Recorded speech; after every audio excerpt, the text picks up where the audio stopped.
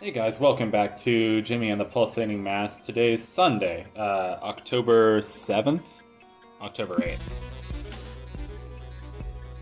Welcome to the most, Halloween-ish part of the game. Oh, this is a rat dude. The Scriff tribesman. Sniff sniff. Want eat bird. Okay. Yes, I would love something because I was thinking about how I haven't really upgraded my weapons in a while, so cat claws for Jonathan, interesting. Knockoff handbag for Helga. Knuckle duster for Buck. Definitely get this. Get that, and I'll wait on the cat claws, but here's some furniture that we can get.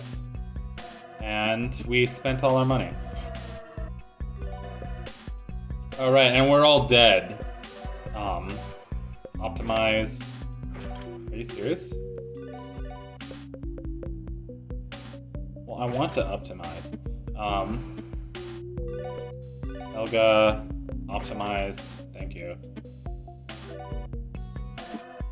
Okay. What's inside this skull here? The chief's house. He wisest Scriff. Taught we dumb Scriff not bite human boys. Okay. Hey, wise Scriff, what's up? You lost, human boy? You live in Blood Marsh with Scriff now. Many Scriff bad, but we good Scriff. I teach you how be good Scriff. Eat bugs, scratch back on bones. It's good life. Aw, I like this Scriff. They're cool. What is that, a fridge? A microwave? Or something? The Scriff are cool. They're cool with me. Timothy Mouse. Hey, Jimmy, I got off on the Sea Worm early and found this little village. I bet you didn't even notice me on the ship. Nobody pays attention to you when you're a little mouse. I'm the perfect stowaway. The Scriff look funny and smell their own butts, but they treat me like a distant relative.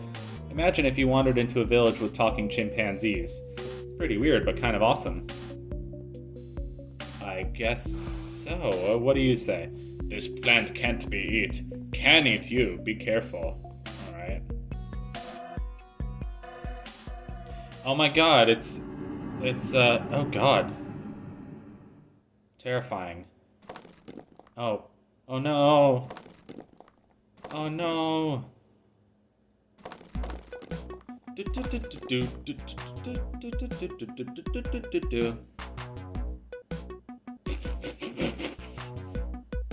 is hilarious.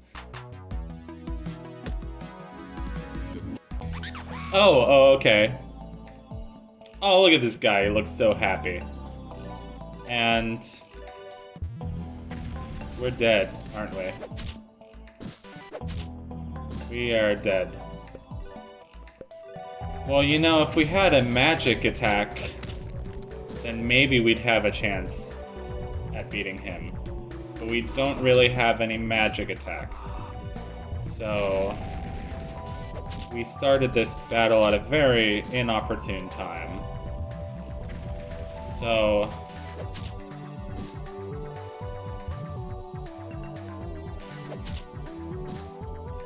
yeah, this is not gonna end well.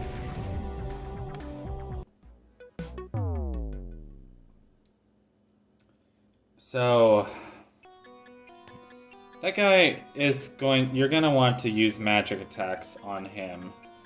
So far as power-ups, like, I guess Sunshine might count as a magic attack. Yeah, so here you can use Sunshine, you can use it on an undead enemy, and you'll notice how effective it is on an undead enemy. Very effective. Oh, okay. Bye.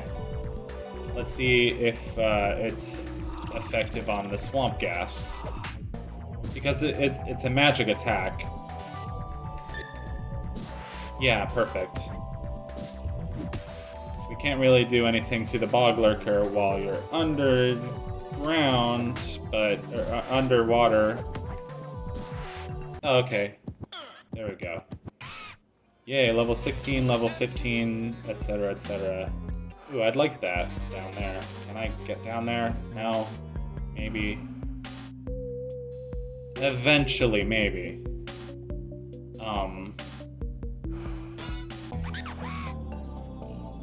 Hey guys, how's it going?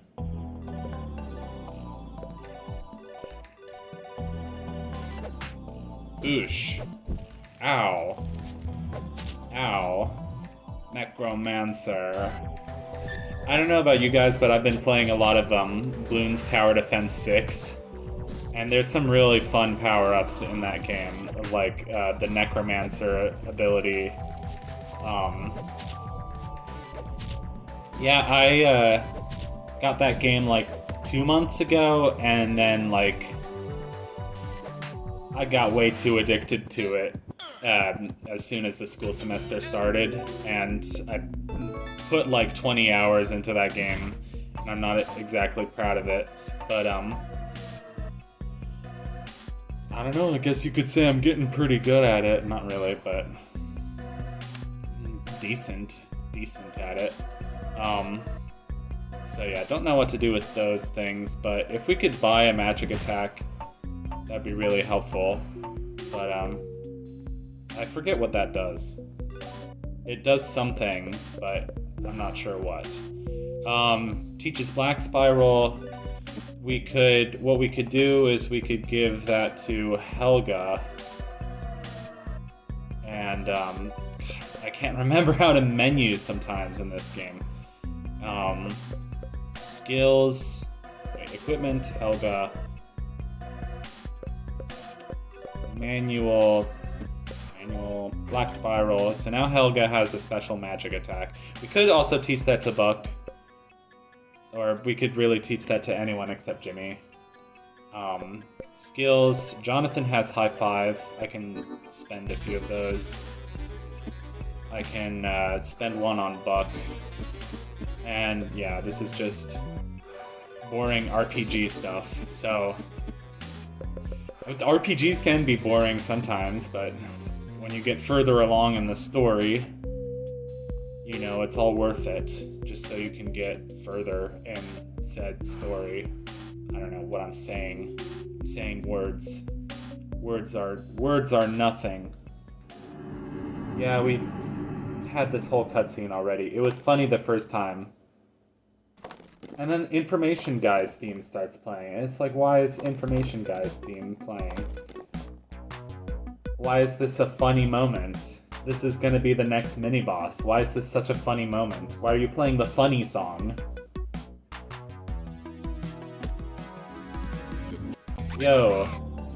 Oh yeah, I just watched a game called Pumpkin Jack for the Xbox One. It was very okay. It was like a very typical, like, corny, like, Halloween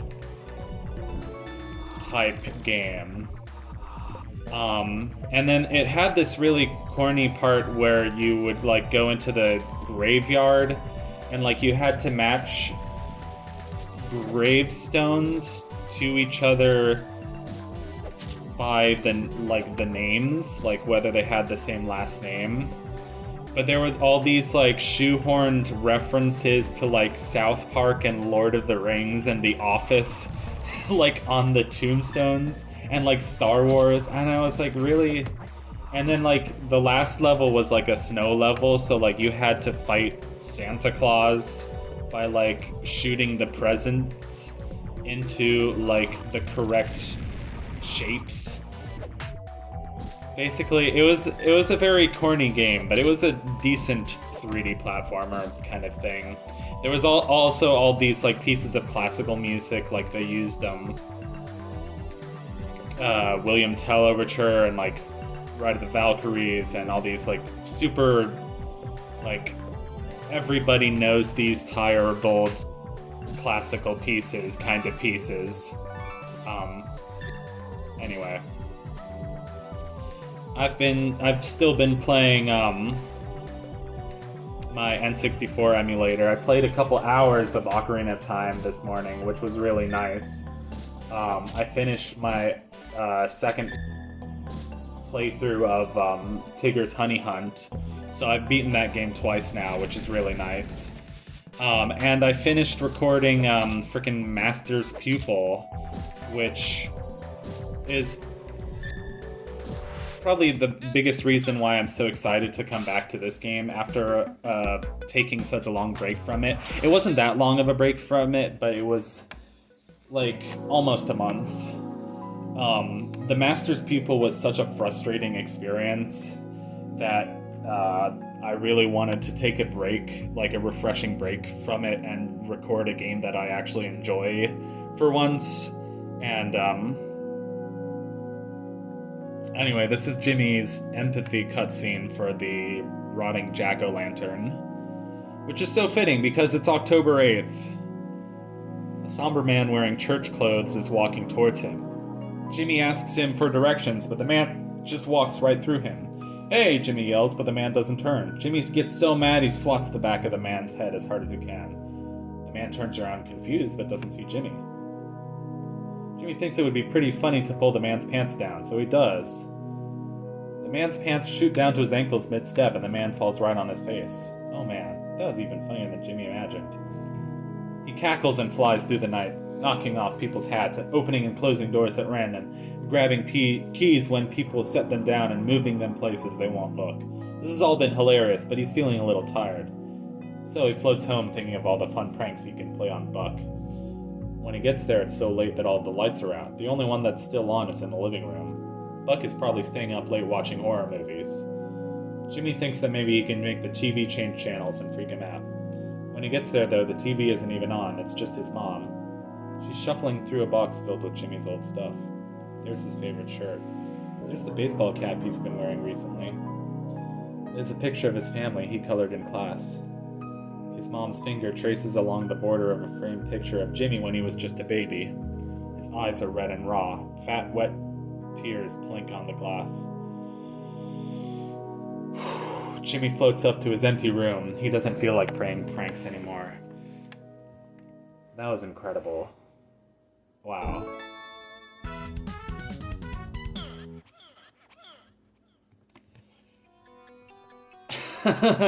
This game gets so amazing and so deep, and then turns on a dime, and it's just like, boosh! Now you're a jack-o'-lantern. Ain't that cool? It turs pretty cool. I don't know what I'm saying. So we still can't do anything with those like weird cracking eggs, and we still can't heal because we haven't found a water fountain in this place. But we can explore and pass these weird, like, steroid needles. Oh, this is a skeleton fop. It's one of my favorite enemies in the game.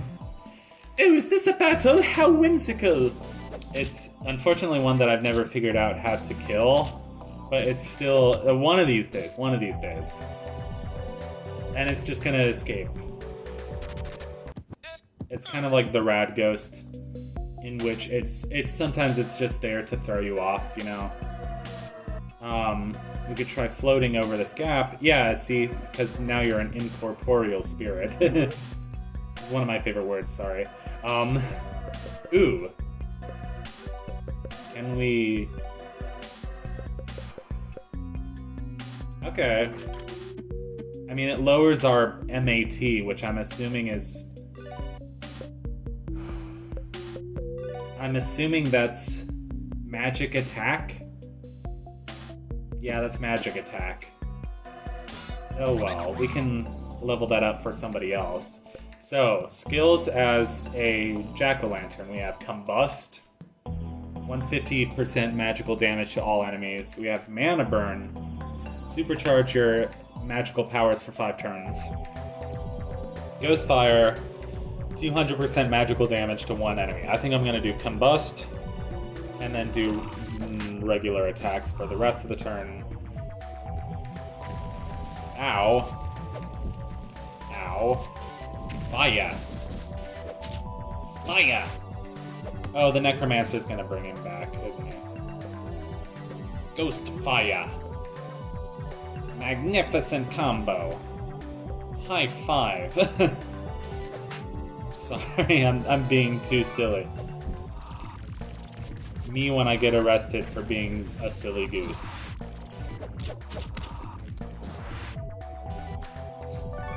Me when I scan a PS5 as a banana. Because yeah, it's totally a banana, right? A marvelous coin found. I forget what those do. I know they do something. Like, you can probably buy something with marvelous coins. I don't know if there's a set number of them found in the game, but like, you can kind of find them just randomly. So we burned through those vine eyes, as opposed to pine eyes, which is Pinocchio, but it's also known as pine eyes, which is fitting because, oh wait, wormwood stick?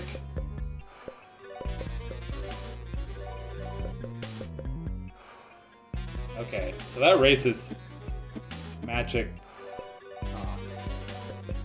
quite a lot. We could try it on Helga for a bit. I don't know. There's a mouth. We won't go into said mouth for a while. Hands! Oh, okay. Oh, these guys.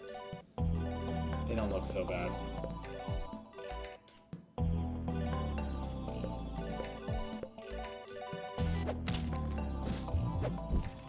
Such a good song. I'm not cutting out battles because these songs are too good. I mean, I know I'm not saying a lot because it's a lot of the same enemies and it's a lot of me just like thinking about what strategy to use to get through said battle. Even the easy battles, like I have to remember what the weakness of this enemy is. Oh, the cornfield. Ooh, now this is about to get really spooky and Halloween-y.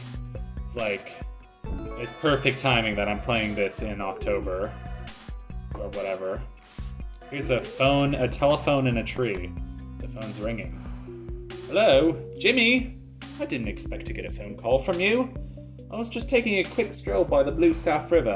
Good for the old constitution, you see. I could sit and chat all day, but as a Legatonite, one must think of one's obligations. You understand? It's been a jolly good time, though. Cheers. It's Punch.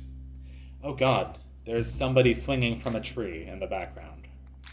Oh, it's you, kid. Why are you here? Isn't this the place where unwanted things end up? I guess it doesn't matter. So, things have been going pretty poorly for old Punch Tanaka lately. After following it to the Blue Staff River, I looked high and low for everyone, but they were all gone. Dee Dee, Johnny, even Big Enormous. They must have drowned in the river. Well, Big Enormous, at least, is pretty buoyant. Probably floated downstream and landed on some sharp rocks or something. Who am I kidding? They're probably all fine, but they've just had enough of me. You can blame them. I'm supposed to be the boss, but I'm pretty cruddy at it. The petty thugs never made any money. The benefits were non-existent. I told them they had a healthcare plan, but when they got hurt, I told them the plan was for them to shut up and deal with it. Then I called them wieners. Well, guess what? I'm the real wiener. I even got beat up by a kid. Twice. No disrespect. The worst is, I'll let that dog push me around. I even did its evil bidding. And for what? A few scraps. No. I did it because I was afraid. And once that mutt went ballistic, I couldn't stop it. It went after all the men I managed to find. Tore them to bits. Now here I am. But it's all the same, kid. I think the world would be a better place without Punch Tanaka. Well, then what are you waiting for? What? You sure do talk a lot, Mr. Tanaka, but if you're planning on jumping, then you should just stop being silly and jump. Jonathan, you need to be more sensitive. Sometimes people feel very sad and that's okay, so you need to let Mr. Tanaka work through things. No, the bear's right. Being Punch Tanaka used to be cool. Then it was just okay. Now it's depressing. Like I've got something chewing me up from the inside. Like something's weighing down my body all the time. No, being Punch Tanaka is just lame now. And I can't live with a Punch Tanaka like that. Later, kid. Oh boy, that sure looks like fun. Anyone else want to jump? Jonathan, I'm starting to think that you're a very bad bear. Psst, Jimmy, your mom isn't any fun at all. Wouldn't it be easier if we just ditch her and have a good time on our own? No? Geez, what a mama's boy. Well, maybe you can think it over. That moment right there, when Jonathan Bear, like, encourages Punch Tanaka to jump over the bridge. There's plenty of, like, gore and kind of, like, body horror and supernatural horror elements in this game. But to me, that's one of the most disturbing moments in the game right there. I just... whew. I don't know, man. It's, like, crazy. Anyway. Oh, here, look, we have a clubhouse. We can put down some furniture. And we can heal if we would like that. I would like to heal. So, what furniture do we have? Common set. Mainframe. Cool. Happy little end table. So what you want to do is get, like, entire sets. But I think even putting down furniture in general will boost your stats a little bit. I've never been entirely sure how it works, but putting down furniture will supposedly boost your stats. So,